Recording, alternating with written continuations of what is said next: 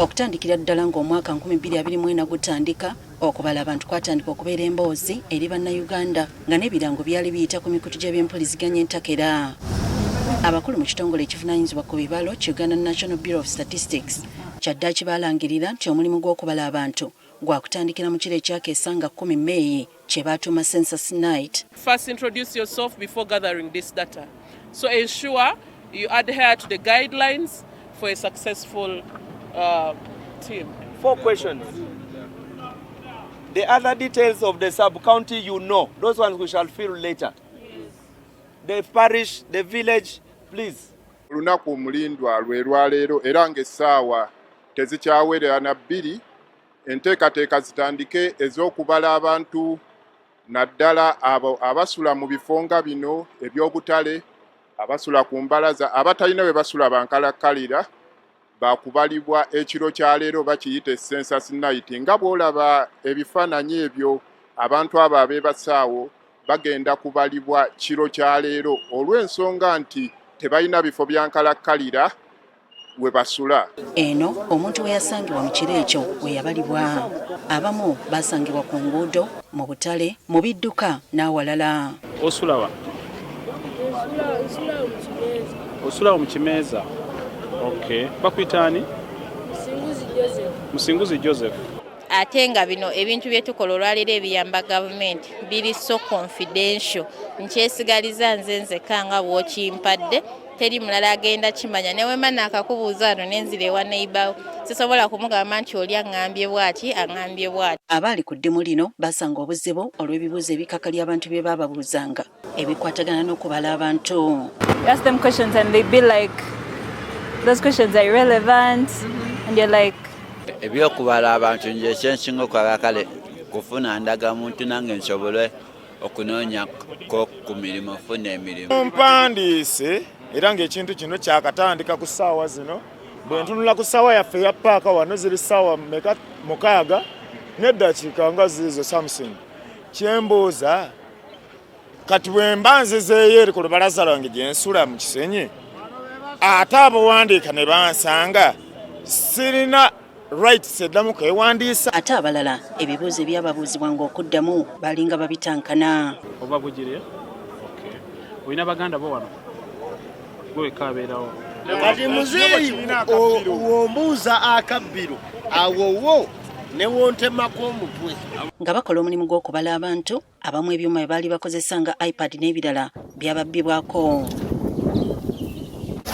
Ate babali mu bitundu ebirimu entobazi balabibwako nga basaabala amazzi okutuuka ku bantu okubabala. Abeeno abawano ngendo nsanze abantu basenguse olw'amazzi tebaliiwo era sina ngeri gye nyiza kubafuna naye mbafunako. Naye olw'okuba amazzi mangi tetusobodde kumufuna era bw'atulabye n'atambula n'agenda. Amazzi gyetudde oluusi amazzi gayingira mu gambu tusagamu mawaavu galimu n'ebinosi. Olubeera mu mazzi amakyafu osobola okulwala endwadde bwezi. Ate akasente katuwadde konna ne bakozesa mu kujjanja. Era tusaba gavumenti ebeeko engeri gyetulabamu. Tubadde n'abantu nga tiri 6 ne ku ssaawa zino wayinza okuba nga 10 nga tusigadde nga 15. I waited, and then they didn't count. Even it is the same story. The people are complaining. They have not been catered for. So far, after day 5, 6, we had met our target because each day 10%. Olw'ebisoomooza bino n'ebirala, ab'ekitongole ki Uganda National Bureau of Statistics baakakibwa okwongeza ennaku endala ez'okubalirako abantu. Ng'abaali balina okumaliriza nga 19 bayongezayo okutuuka nga 25 ogw'okutaano. Kyokka era wadde kino kyakolebwa era bwe kyatuuka okulangirira ebyava mu kubala abantu nga 3 Oktoba, abantu mu bitu ebyenjawulo okwali abaliko obulemu, amawanga agatali gamu babiwakanya olw'emiwendo gye baali batakkiriziganya nagyo. Population y'abantu abaliko obulemu batulaga nti tuli ebitundu 5 n'obutundutundu 7.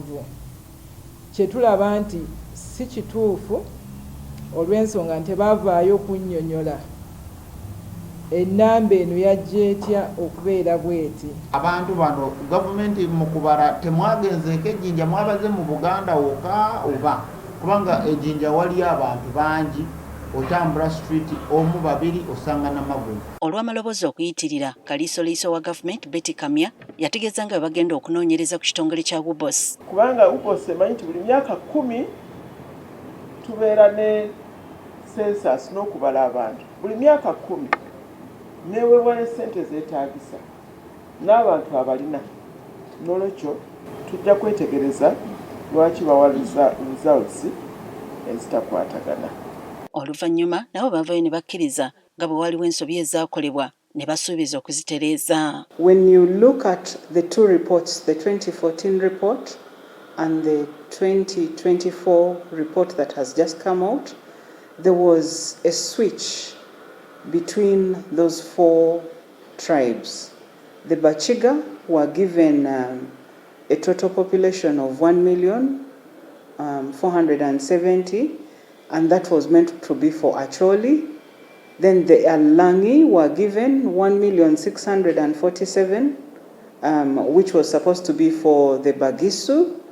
Then we had the Bagisu, they were given 2.3, which was meant to be for the Bachiga.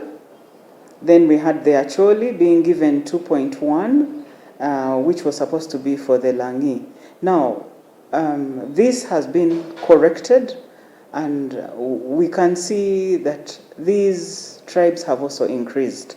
It wasn't a drop, but it was a mistake done internally, and the executive director has since apologized. Mu lukungaana omwali ne bannamawulire ku Serena Conference Center e Kampala, akulira ekitongole ekivunaanyizibwa kubala abantu Christine Mukiiza yategeeza ng'ensobi bwe zikolebwa abantu n'abaali basaba alekulire abasekerera nti yeye munnabibala akyasinze mu ggwanga kale nga balina okutuulako wansi. You had time to correct everything, and this error was not expected from WBOS. Many have called for the resignation of the ED. What's your take as the members of WBOS? Errors are made every day. In your homes, you make a lot of mistakes. When you hear a journalist talking, you think, this is a very perfect person. This is where you find utopia. No. So I'm not resigning. I'm still serving my country I love. And I'm one of the best statisticians, by the way. If you want to get a better one, good luck. Okusinziira mu byava mu kubala abantu, Uganda erimu abantu obukadde 45 mu emitwalo 95 mu 15,446. Susan Nanyanzi, agafeeyo ku Spa Katukujjukizeeko.